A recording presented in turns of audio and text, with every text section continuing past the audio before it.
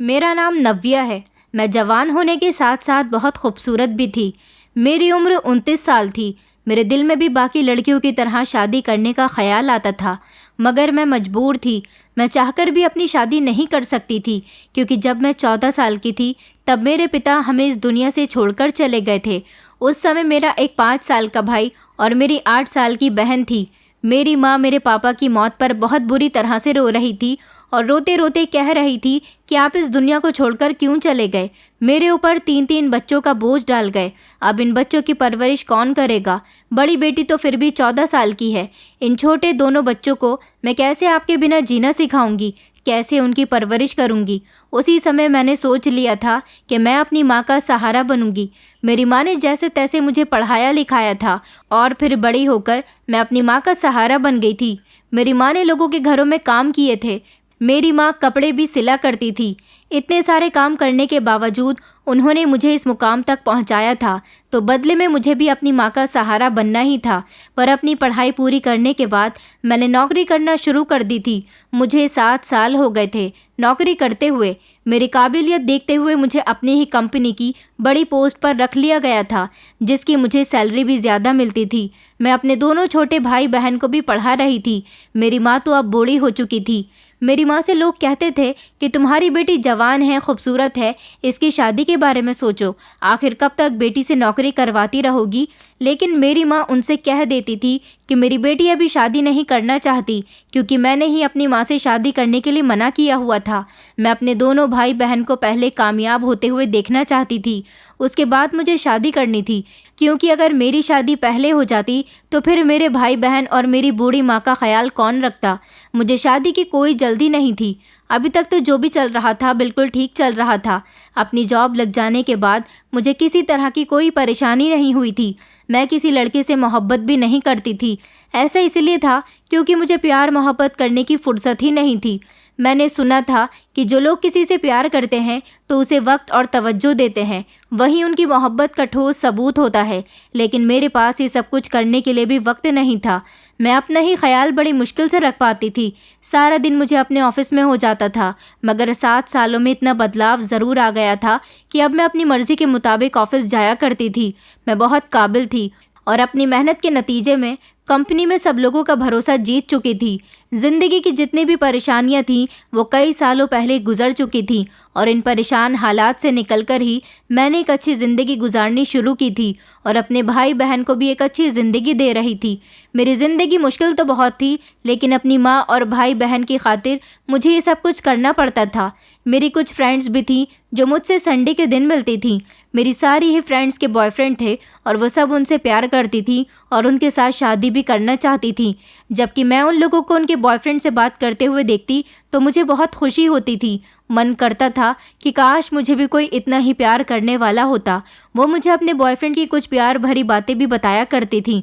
उनको सुन सुनकर भी मैं एक्सप्लेन किया करती थी कि काश मेरी ज़िंदगी में भी ये सब कुछ हो जाए तो मेरी ज़िंदगी भी अपनी फ्रेंड्स की तरह खूबसूरत बन जाएगी।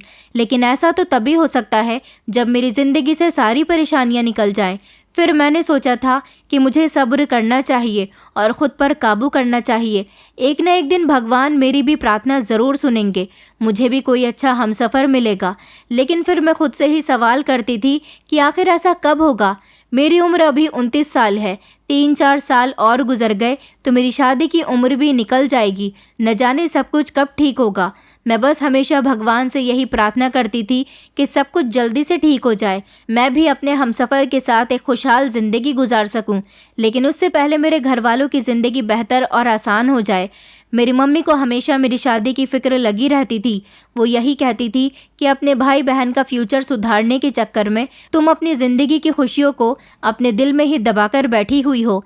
मेरी माँ मुझे समझाया करती थी कि भगवान तुम्हें इसका अच्छा सिला देगा। तुम देखना, तुम्हें एक अच्छा हमसफ़र ज़रूर मिलेगा।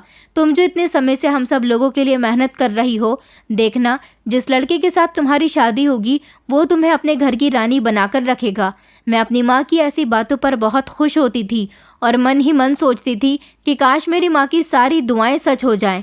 हमारा कोई रिश्तेदार भी नहीं था जो हमारे साथ हमारा सुख दुख बांट सकता, क्योंकि पापा के मरने के बाद ही उनके सारे रिश्तेदारों ने हमसे संबंध ख़त्म कर दिए थे। जबकि मम्मी के ज़्यादा रिश्तेदार भी नहीं थे, सिर्फ हमारे एक मामा जी ही थे। वो अपने परिवार के साथ दूसरे देश में रहते थे। हाँ, इतना ज़रूर था कि उनके साथ हमारी कभी कभी कॉल पर बात हो जाती थी, मगर वो कभी यहाँ पर आते नहीं थे।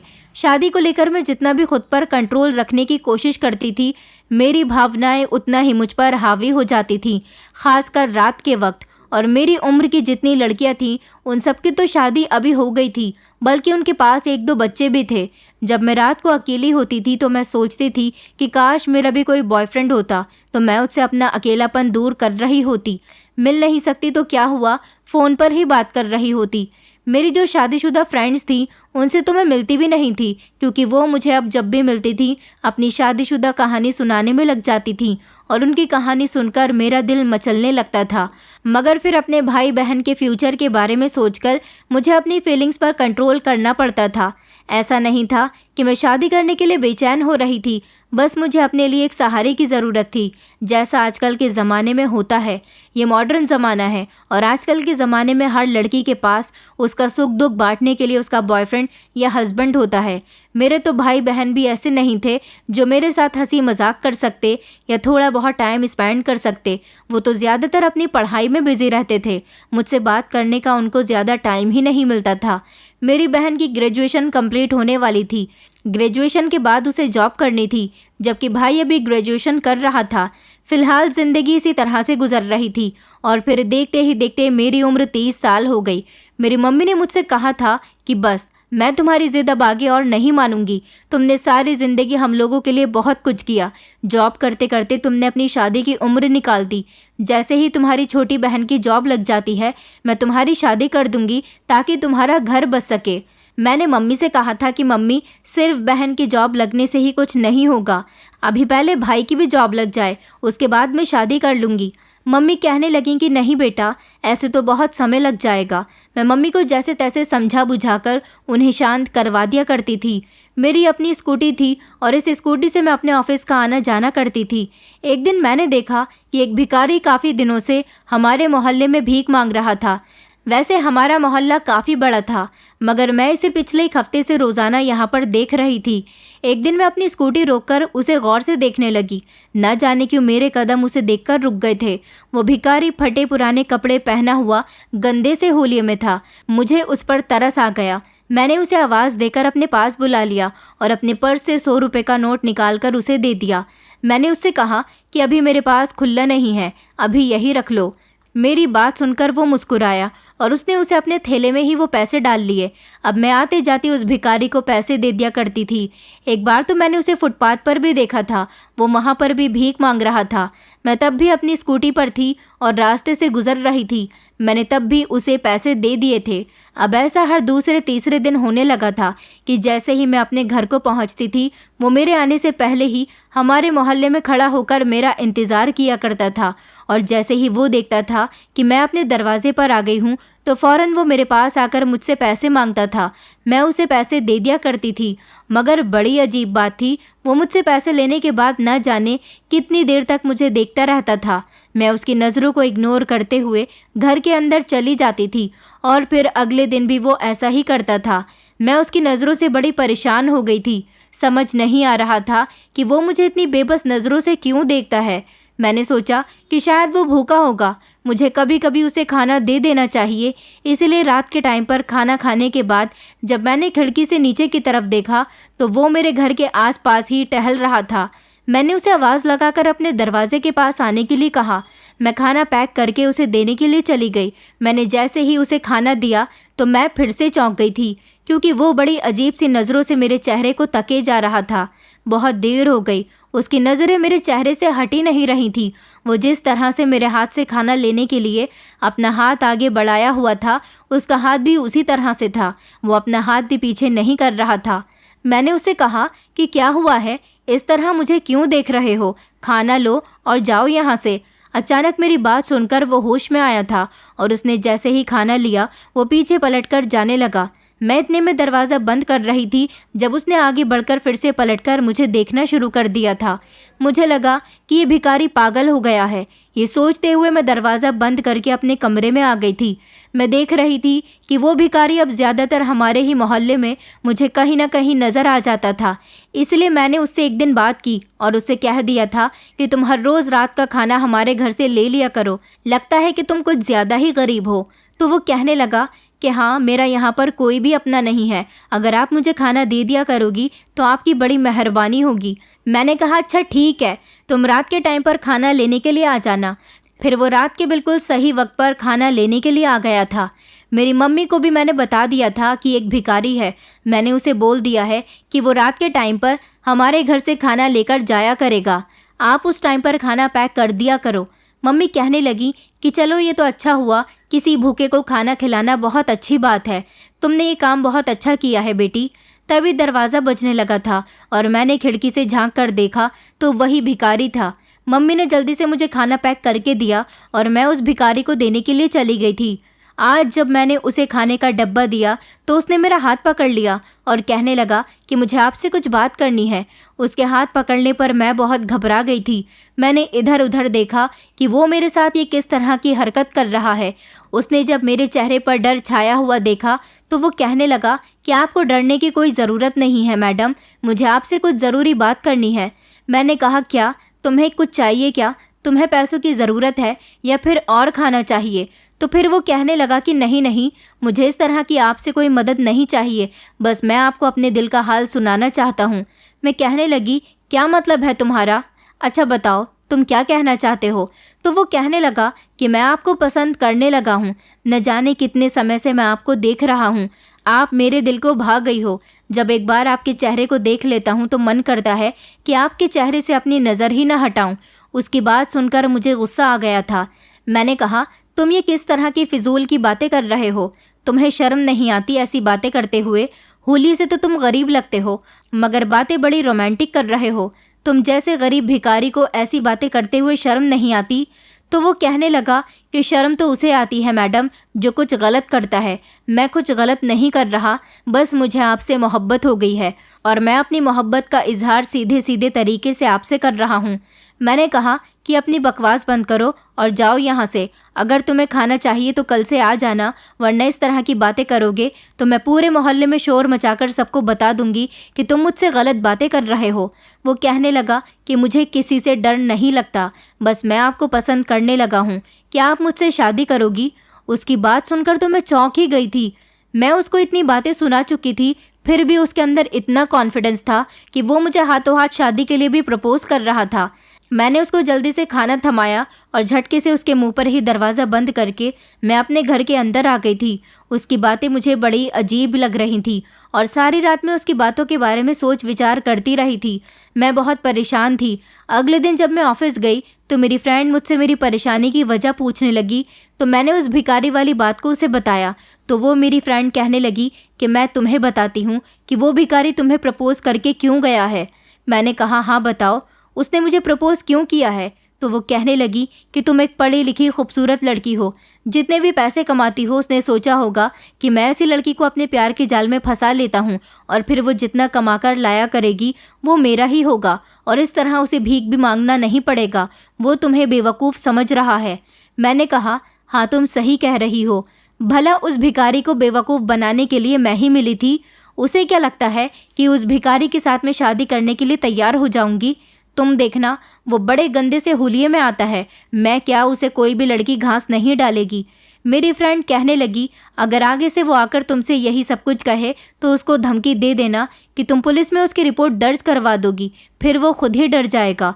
मैंने कहा हाँ तुम बिल्कुल ठीक कह रही हो, मैं ऐसा ही करूँगी। मुझे अपनी दोस्त की बात समझ आ गई थी और अब मुझे मतलब समझ आया था कि वो भिखारी मुझे प्रपोज करके क्यों गया था। वो ना जाने इस तरह मोहल्ले की कितनी लड़कियों को अपनी बातों में लेता होगा, मगर मैं उसकी बातों में आने वाली नहीं थी। अगले दिन जब वो भिखारी आया और मैं उसे खाना देने गई तो उसने फिर से मुझसे वही बात दोहराई थी। इस बार मैंने तेज़ आवाज़ में उससे कहा था कि तुम भिखारी हो इसलिए तुम्हें छोड़ रही हूँ, अगर तुम्हारी जगह कोई और होता तो इसी समय शोर मचाकर मोहल्ले वालों से उसकी पिटाई करवा देती। खामोशी से यहाँ से चले जाओ, इससे पहले मैं कोई गलत कदम उठा लूँ। मगर ये देखकर मैं दंग रह गई थी कि वो मेरी बात सुनकर हंसने लगा था। उसने कहा था कि मैं किसी से भी नहीं डरता, मुझे सिर्फ तुमसे मोहब्बत है। तुम मुझे घुमा फिराकर जवाब मत दो, डायरेक्टली मुझे बता दो कि तुम मुझसे प्यार करती हो या नहीं। मैंने उससे कहा कि तुम बड़ी पहुंची हुई चीज़ हो, मुझे तुम्हारी हकीकत के बारे में पता चल गया है। जब मैंने उसे ये बात कही तो अचानक उसके चेहरे के एक्सप्रेशन बदल गए थे और वो कहने लगा कि तुम्हें मेरे बारे में आखिर क्या पता चल गया। मैंने कहा कि मैं सब कुछ जानती हूँ कि तुम कौन हो और तुम्हारे दिमाग में क्या चल रहा है। मेरी इस बात पर फिर से उसने मुझे चौंक कर देखा था। वो कहने लगा कि तुम क्या कहना चाहती हो और क्या जानती हो तुम मेरे बारे में, ज़रा मुझे भी तो बताओ। मैंने कहा कि तुम मुझे बेवकूफ़ बनाने की कोशिश कर रहे हो। तुम्हें यही लगता है कि मैं तुम्हारे प्यार के जाल में फंस जाऊंगी और उसके बाद मैं जितने भी पैसे कमाती हूँ उससे तुम अपनी ज़िंदगी में अय्याशियाँ करोगे। मेरी ये बात सुनकर उसने एक गहरी सांस भरी और कहने लगा, अच्छा तो ये बात है। उसने कहा तो ठीक है, तुम अपना खाना और अपनी भीख भी अपने पास रखो। अगर तुम यही समझती हो तो मुझे तुमसे तुम्हारी भीख भी नहीं चाहिए। ये कहकर वो दरवाजे से पलट गया था और मैं बड़ी अजीब सी सोच लेकर वहीं पर खड़ी हुई उसे देखती रह गई थी। आज उसने खाना भी नहीं लिया था।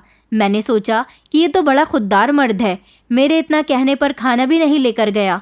फिलहाल मैं खाने का डब्बा हाथ में लेकर अपने घर में आ गई थी तो मेरी छोटी बहन कहने लगी कि दीदी आप किससे बातें कर रही थी। तो मैंने उसको बताया कि एक भिखारी आया था, उसे खाना देना था। तो वो कहने लगी कि भिखारी खाना क्यों लेकर नहीं गया, आप तो खाना वापस लेकर आ गई हो। मैंने अपनी बहन से कहा कि पता नहीं क्यों नहीं लेकर गया।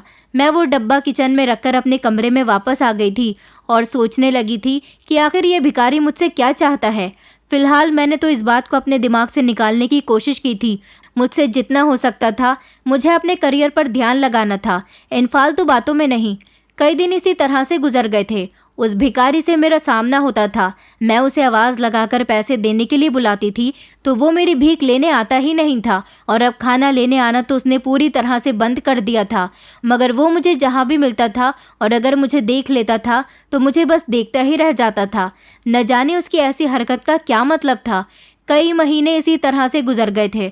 मैं उसे कभी कभी देखती थी, एक दो बार तो मैंने उसे अपने ऑफिस के आसपास भी देखा था, मगर हर बार वो अकेला होता था। शायद उस बेचारे का इस दुनिया में कोई भी नहीं था, बस वो मुझे एक नज़र देखता रहता था।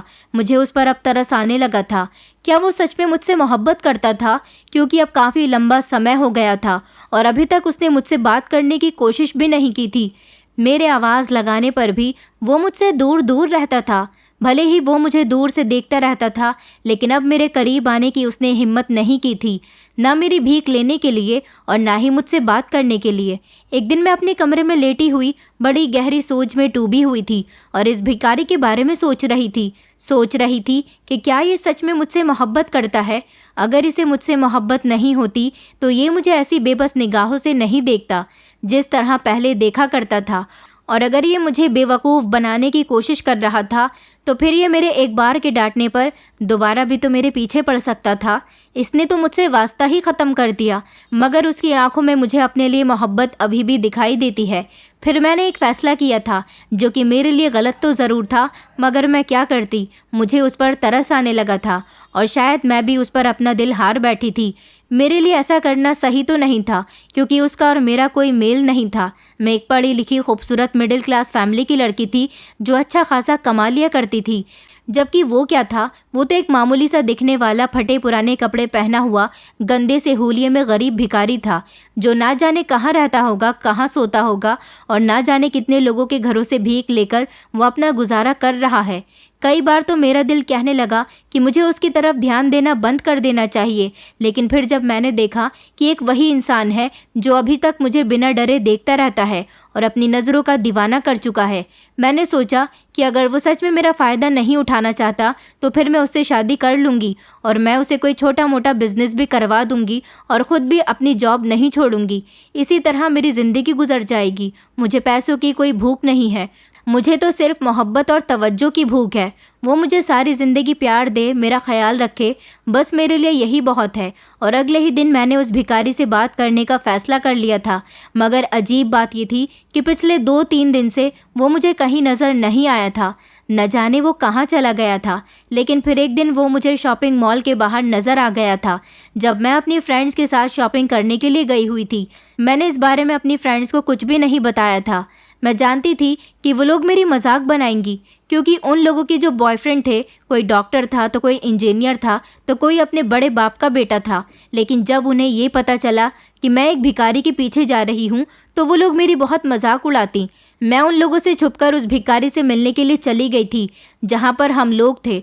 वो बहुत भीड़ भाड़ वाली जगह थी, इसलिए मैंने उसे पार्क में चलने के लिए कहा था। वो मेरे साथ साथ पार्क में चला गया था। वहाँ जाने के बाद मैंने उससे कहा था कि तुम मुझे इतनी घूर घूर कर क्यों देखते हो? तो वो कहने लगा कि तुम्हारी सोच के हिसाब से मैंने तुम्हारे घर का खाना लेना भी बंद कर दिया, क्योंकि तुम्हें ऐसा लगता है कि मैं तुम्हारा फ़ायदा उठा सकता हूँ। अब मेरी नज़रें तुम्हारे चेहरे पर जाकर टिक जाती हैं तो इसमें मेरी कोई गलती नहीं है। मैं अपनी नज़रों पर काबू नहीं रख सकता, मैं खुद पर काबू ज़रूर रख सकता हूँ। जब भी तुम मेरे सामने आती हो मेरी नज़र तुम्हारे चेहरे का दीदार करती रहती है। आखिर प्यार करता हूँ मैं तुमसे, क्या करूँ? मैंने उससे कहा कि तुम सच कह रहे हो ना? तो वो कहने लगा कि हाँ, मैं सच कह रहा हूँ। तुम जैसी खूबसूरत लड़की आज तक मैंने कहीं नहीं देखी, और मैंने तुम्हारे ही मोहल्ले वालों से तुम्हारी तारीफ़ भी सुनी है। जब से मेरे दिल में तुम्हारे लिए और ज़्यादा इज्जत बढ़ गई। तुम्हारे मोहल्ले की एक औरत कह रही थी कि इस बेचारी लड़की ने अपने भाई बहन के फ्यूचर की खातिर अपनी शादी नहीं की। बेचारी जॉब करके अपना और अपने परिवार का अकेले ही पेट पाल रही है। तब मुझे ये एहसास हुआ कि तुम जैसी लड़कियां इस दुनिया में बहुत कम हैं। तुम बहुत अच्छी लड़की हो जिसने अपने बारे में ना सोचकर अपने परिवार के लिए ढेर सारे सैक्रिफाइसेस किए। बस तभी से मैं तुम पर अपना दिल हार बैठा था। मैं तुमसे एक वादा करता हूँ, मैं एक भिखारी हूँ, भला मैं तुम्हारा क्या फ़ायदा उठाऊँगा? तुम चाहो तो खाली हाथ भी मेरे पास आ सकती हो। मुझे तुम्हारी नौकरी की भी कोई ज़रूरत नहीं है। भले ही मैं भीख मांगकर सारी ज़िंदगी तुम्हारी ख्वाहिशों को पूरा करूँगा, मगर कभी तुमसे नौकरी नहीं करवाऊँगा। उस भिखारी की बात सुनकर अचानक मेरा दिल भावुक होने लगा था। उसे मेरी इतनी फ़िक्र थी। अब मुझे एहसास हुआ था कि इस ज़िंदगी में कभी मेरी इतनी फ़िक्र मेरी माँ के अलावा किसी और ने नहीं की थी। ये एक ऐसा इंसान था जिसकी तारीफ़ ने मेरे दिल को पिघला दिया था, और अब मैं खुद पर कंट्रोल नहीं कर पाई। मैंने उसे बता दिया था कि मैं भी तुमसे प्यार करने लगी हूँ। इस तरह हम दोनों के बीच प्यार मोहब्बत का सिलसिला शुरू हो गया था। मैंने उससे कहा था कि तुम भिखारी हो, थोड़ा अजीब लगता है, क्या तुम ये काम छोड़कर कोई और काम नहीं कर सकते? वो कहने लगा, मैं बहुत गरीब हूँ, मेरी बहुत बड़ी मजबूरी है। तुम प्रार्थना करो, मेरा एक काम है और मैं अपने उस काम में कामयाब हो जाऊँ, उसके बाद मैं जैसा तुम कहोगी वैसा ही बन जाऊँगा। मैंने कहा, कौन सा काम? तो अचानक वो मेरी बात पर ठिठक गया था और कहने लगा कि तुम ज़्यादा मत सोचो, तुम अपने घर जाओ, मैं रात को तुम्हारे घर खाना लेने के लिए आ जाऊँगा। तुम्हारे घर का खाना बहुत अच्छा होता है। मैंने कहा, अच्छा ठीक है, आ जाना। ये कहकर मैं उसके बात से उठाई थी, और अब मुझे बार बार उसी के ख्याल आने लगे थे। हर रोज़ वो मेरे घर आता था खाना लेने के लिए। इसी दौरान हम लोगों के बीच ढेर सारी बातें हो जाती थीं। उसने मुझसे शादी करने का वादा किया था। मुझे उसकी सबसे अच्छी बात ये लगी थी कि हम दोनों को रिलेशनशिप में 2 महीने हो गए थे। इस दौरान वो सिर्फ मेरे घर के दरवाजे तक ही मुझसे मिलता था। इसके अलावा उसने मुझसे और कोई भी डिमांड नहीं की थी। मैंने देखा था कि मेरी फ्रेंड्स थी जो अपने बॉयफ्रेंड से मिलने के लिए कभी रूम पर जाती थी, तो कभी रेस्टोरेंट में मिलती थी, तो कभी उनके साथ शॉपिंग किया करती थी। वो तो मुझे शॉपिंग नहीं करवा सकता था क्योंकि वो गरीब था, लेकिन उसके लिए मेरे घर के दरवाजे से बेहतर बात करने की जगह और कोई भी नहीं थी। मुझे वो अच्छा लगने लगा था। उसका नाम सुनील था।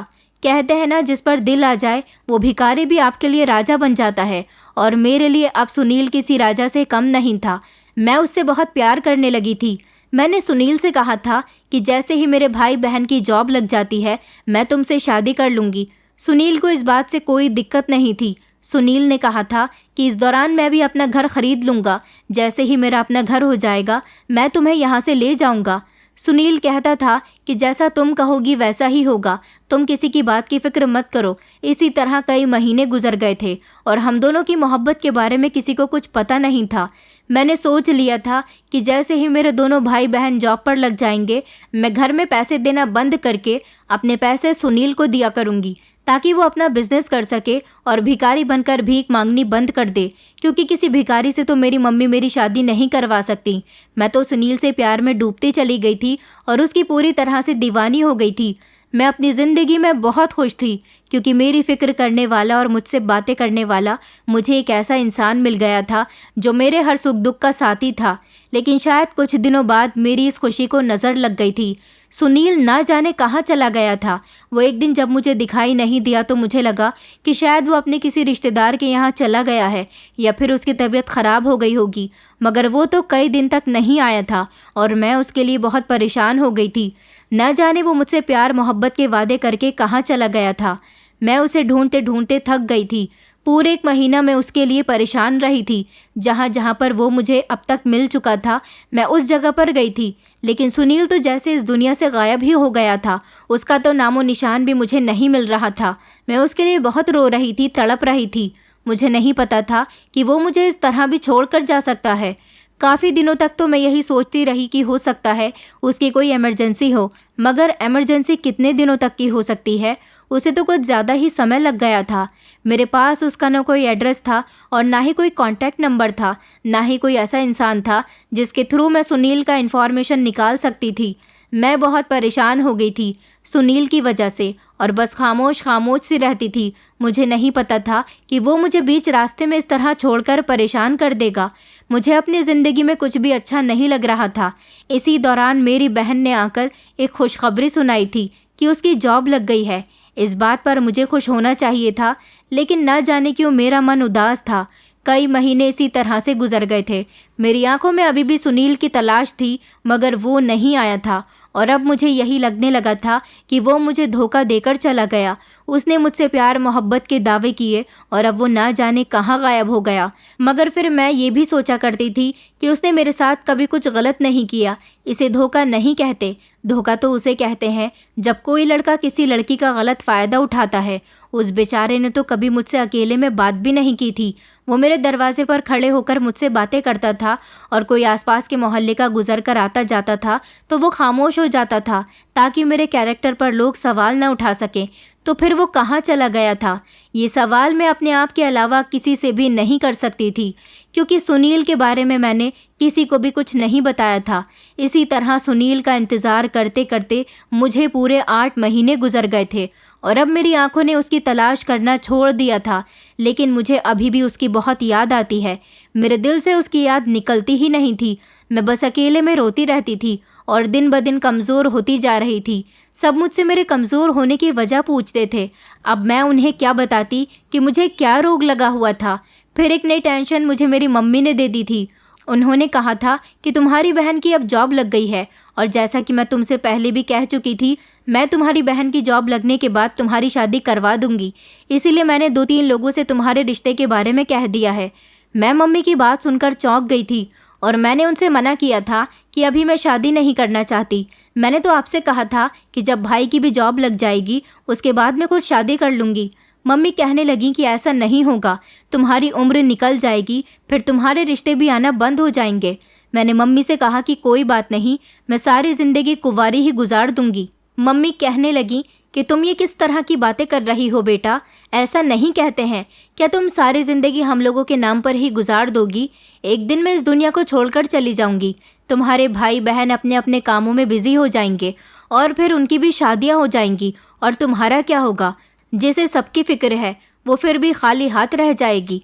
नहीं, मैं ऐसा नहीं होने दूंगी। मेरी मम्मी ने अपनी ज़ोर ज़बरदस्ती के साथ मेरा रिश्ता तय करने का फ़ैसला कर लिया था, मगर मेरा दिल अंदर से शादी करने के लिए बिल्कुल भी तैयार नहीं था। अब मैं अपनी मम्मी को क्या बताती कि मैं आज भी सुनील का इंतज़ार करती हूँ। एक दिन मम्मी बहुत खुश थी और कहने लगी कि संडे को तुम अच्छे से तैयार हो जाना, अपनी फ्रेंड्स के साथ कहीं मत जाना, तुम्हें लड़के वाले देखने के लिए आ रहे हैं। मम्मी की बात सुनकर मैंने उनसे अभी भी मना किया था कि मैं अभी शादी नहीं करना चाहती हूँ। आप मेरी बात मानती क्यों नहीं हो? मम्मी ने कहा था कि तुम बिल्कुल खामोश रहो, जैसा मैं कहती हूँ वैसा ही करो। अगर तुमने ज़्यादा बोलने की कोशिश की तो अच्छा नहीं होगा। अब मैं तुम्हारी एक और नहीं सुनूंगी। और फिर मजबूरन मुझे मम्मी की बातों के आगे हार माननी पड़ जाती थी। और फिर संडे भी आ गया था। मेरी मम्मी ने मुझे तैयार होने के लिए कहा था, मगर मैं तैयार नहीं हुई थी। जैसे गेटअप में मैं थी वैसे ही गेटअप में लड़के वालों के सामने आ गई थी। मैं बैठी हुई थी जब लड़के की माँ मुझसे तरह तरह के सवाल कर रही थी। इस समय मेरी नज़रें झुकी हुई थी और मेरे दिल में बार बार सुनील का ख्याल था। आज मुझे सुनील की शिद्दत से याद आ रही थी। लड़के की माँ मुझसे जो भी सवाल करती थी, मैं उसका गर्दन हिलाकर हाँ या ना में जवाब दे दिया करती थी। मेरे मुंह से कोई शब्द नहीं निकल पा रहा था। मन कर रहा था कि मैं फूट फूट कर रोऊं। और उस दिन मैं सोच रही थी कि मुझे सुनील से मोहब्बत ही नहीं करनी चाहिए थी। मुझे वैसे भी बहुत शौक था ना मोहब्बत करने का, किसी लड़के को अपना बॉयफ्रेंड बनाने का। अब मुझे पता चल गया था कि मोहब्बत करना कोई आसान काम नहीं है। इसमें खुशियाँ मिलने के साथ साथ आंखों में आंसू भी मिलते हैं। मेरी आंखों से जैसे ही आंसू गिरने वाले होते थे, मैं उन्हें पोंछ लेती थी ताकि किसी को शक न हो कि मैं रो रही हूँ। अभी कुछ ही देर गुजरी थी कि अचानक घर के दरवाजे से कोई हमारे घर के अंदर दाखिल हुआ था। ये इंसान कौन था? वो अंदर आया और उसने सबके सामने खड़े होकर मुझे आवाज़ लगाई, नव्या। मैंने झटके से उसकी तरफ बड़ी गौर से देखा था। ये आवाज़ तो मुझे कुछ जानी पहचानी सी लग रही थी, मगर ये इंसान कौन था? मैं इसे पहचान नहीं सकी थी। उसने दोबारा से कहा कि नव्या, ये सब क्या है? सब लोग उसे फटी फटी नज़रों से देखने लगे थे कि ये कौन है और अचानक घर में घुसकर इस तरह की बातें क्यों कर रहा है, मेरा नाम अपनी ज़ुबान पर बार बार क्यों ले रहा है। उस समय मेरा भाई भी घर पर मौजूद था। वो उसके सामने आकर खड़ा हो गया और कहने लगा कि तुम कौन हो और घर के अंदर क्यों घुसे चले आ रहे हो। वो कहने लगा कि मैं तुम्हारी बहन से प्यार करता हूँ, मैं इसे किसी और का होते हुए नहीं देख सकता। इन लोगों को यहाँ से भेज दो। लड़के की माँ अचानक से एक झटके से उठी और मेरी तरफ देखकर कहने लगी, क्या ये तुम्हारा आशिक है?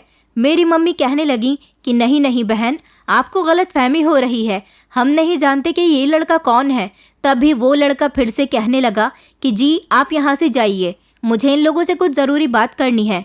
उस औरत ने अपने चेहरे पर गुस्सा लाते हुए मेरी मम्मी की तरफ देखकर कहा, क्या तुमने हमें यहाँ पर बेइज्जती करने के लिए बुलाया है? तुम्हारी बेटी का तो पहले से ही आशिक है, हमें बुलाकर आखिर तुम क्या साबित करना चाहती थी? मेरी मम्मी उन्हें रोकने की कोशिश करने लगी, मगर वो अपने बेटे को लेकर हमारे घर से निकल गई थी।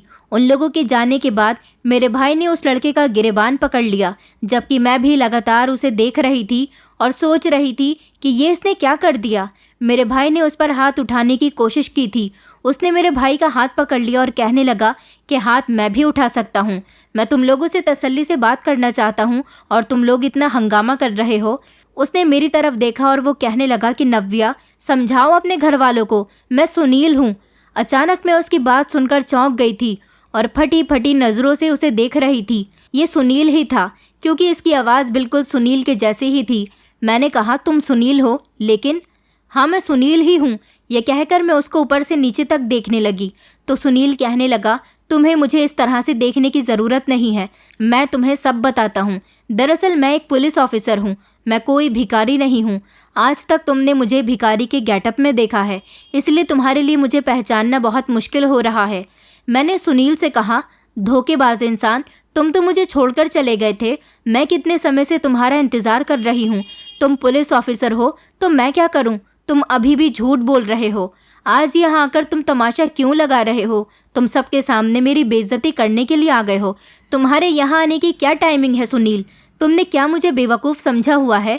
मैं हर बार तुम्हारी बातों में आती रहूँगी। मैं ताली बजाते हुए उससे ये बात कह रही थी तो वो कहने लगा कि नव्या, तुम गलत समझ रही हो, मैं तुम्हें पूरी बात बताता हूँ। तभी मेरी मम्मी कहने लगी कि ये सब कुछ क्या हो रहा है, कोई हमें भी तो कुछ बताए। और मेरा भाई भी गुस्से से आग बबूला हो रहा था। इतने में ही सुनील कहने लगा कि आप लोग शांत हो जाइए, मैं आपको पूरी बात बताता हूँ। उसने बताया कि मैं एक पुलिस ऑफिसर हूँ। हमें खबर मिली थी कि इस शहर में बच्चा चोरी करने की बहुत सारी वारदातें सामने आ रही हैं, इसलिए मुझे उनको पकड़ने की जिम्मेदारी सौंपी गई थी। मैं उन लोगों को भिखारी बनकर ही तलाश कर सकता था, क्योंकि वो लोग भी भिखारी बनकर ही लोगों के घरों में भीख मांगने के लिए जाते थे और उनके घर से बच्चों को बहाने से चोरी कर लिया करते थे। हमें ऐसी पूरी गैंग को पकड़ना था। काफ़ी समय तक मुझे इस शहर में उस गैंग को पकड़ने में बहुत दिक्कत हुई थी, क्योंकि वो बहुत शातिर लोग थे और पिछले 6 महीने पहले मैंने उन लोगों को पकड़ लिया था। फाइनली पूरी गैंग हम लोगों के हाथ लग गई थी, मगर इस दौरान उन लोगों ने मुझ पर हमला कर दिया था। उनकी बंदूक से निकली गई गोली मेरी टांग में लग गई थी, जिसकी वजह से मैं ठीक से चल भी नहीं पा रहा था। मुझे अस्पताल में भर्ती कराया गया था। मेरी कंडीशन इतनी भी नहीं थी कि मैं खुद से उठकर बैठ सकूं। आपको यकीन नहीं आता तो मैं आपको अपनी टांग दिखा देता हूँ। सुनील ने अपनी पैंट ऊपर करके अपनी टांग पर लगी हुई गोली का जख्म हमें दिखाया था और फिर वो कहने लगा कि मुझे रिकवर होने में बहुत टाइम लग गया था। मैं नव्या से किसी तरह से कांटेक्ट करना चाहता था, मगर मेरे पास उसका कोई कांटेक्ट नंबर नहीं था। सुनील ने मेरी तरफ देखकर कहा कि मुझे माफ़ कर देना नव्या, मैं तुम्हें अपने पुलिस ऑफिसर होने के बारे में नहीं बता सका, क्योंकि अगर धोखे से भी किसी को ये खबर लग जाती कि मैं भिखारी नहीं हूँ तो शायद मेरे लिए उस गैंग को पकड़ना बहुत मुश्किल हो जाता। इसलिए मैंने अपनी पहचान सबसे छुपाई थी और तुमसे मैंने काफ़ी सारे झूठ भी बोले थे, मगर ये सच है कि मैं तुमसे प्यार करता हूँ। मैं अब ठीक हुआ तो मैं अपने असली रूप में तुम्हारे सामने आना चाहता था। आज मैं तुमसे मिलने के लिए तुम्हारे घर आ रहा था, तब मैंने घर से बाहर बड़ी सी गाड़ी खड़े हुए देखी।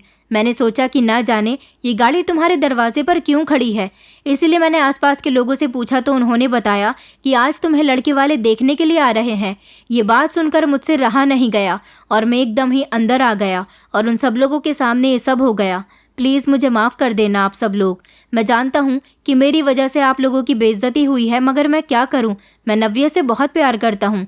जब मुझे पता चला कि उसको लड़के वाले देखने आ रहे हैं तो मैं अपना गुस्सा कंट्रोल नहीं कर सका। मैं आप लोगों को भरोसा दिलाता हूँ कि मैं एक बहुत अच्छा इंसान हूँ और आपकी बेटी को सारी ज़िंदगी बहुत खुश रखूँगा। सुनील की बात पूरी हो गई थी। मेरी आंखों में आंसू थे। मैं कुछ बोल नहीं पा रही थी। तभी मेरी मम्मी ने मेरी तरफ देखा और कहने लगी, क्या ये लड़का सब कुछ सच कह रहा है? मैंने अपनी मम्मी से गर्दन हाँ में हिलाते हुए कहा तो मम्मी कहने लगी, क्या तुम भी सच में मेरी बेटी से प्यार करते हो? तो वो कहने लगा कि जी हाँ, अगर आपको अभी भी कोई शक है तो मैं अपने पेरेंट्स को यहाँ लेकर आता हूँ और आप मेरी इन्फॉर्मेशन पुलिस स्टेशन से भी निकलवा सकती हैं। मैं अपने पुलिस स्टेशन का सीनियर ऑफिसर हूँ। भिखारी बनने के दौरान मुझे आपकी बेटी पसंद आ गई थी और मैं खुद पर कंट्रोल नहीं कर सका और इसे प्रपोज कर दिया। मैं ऑन ड्यूटी होता था, इसलिए कभी आपके घर में आने की भी मैंने हिम्मत नहीं की, लेकिन आज जब मुझे आप लोगों को सच बताना था तो मैं अपनी असली रूप में आप लोगों के सामने आकर सच बता रहा हूँ। सुनील की सारी बातें सुनकर मेरी मम्मी कहने लगी, अच्छा तुम अपने पेरेंट्स को हमारे घर भेज दो। और फिर ऐसा ही हुआ था। सुनील 2 घंटे बाद अपने पेरेंट्स को हमारे घर लेकर आ गया था।